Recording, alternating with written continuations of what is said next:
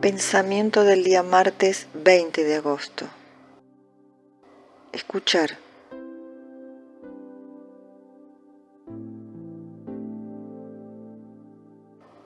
El amor cristiano no está hecho de palabras o sentimientos. Es un amor concreto. Se hace uno con la persona amada. Escucha a la persona amada. Entra en las preocupaciones de la otra persona, de los dolores, también en las alegrías, y comparte todo y naturalmente llega a lo práctico con cosas concretas. Tiene todos los matices y sabe encontrar la mejor manera de expresarse.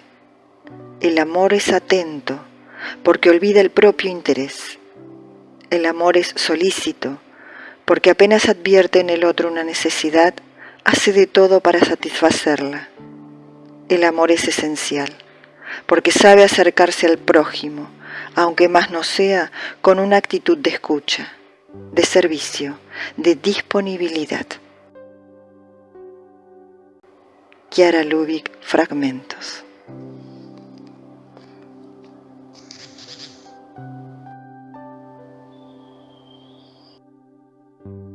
Palabra de vida, agosto de 2024.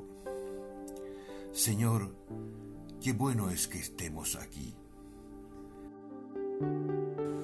Somos miembros del movimiento de los focolares de varios países de Latinoamérica y de Italia. ¿Te gustó el video? Danos un like, un dedito hacia arriba porque te gustó. Suscríbete al canal y no dejes de tocar la campanilla, así te avisaremos cada vez que subimos un video.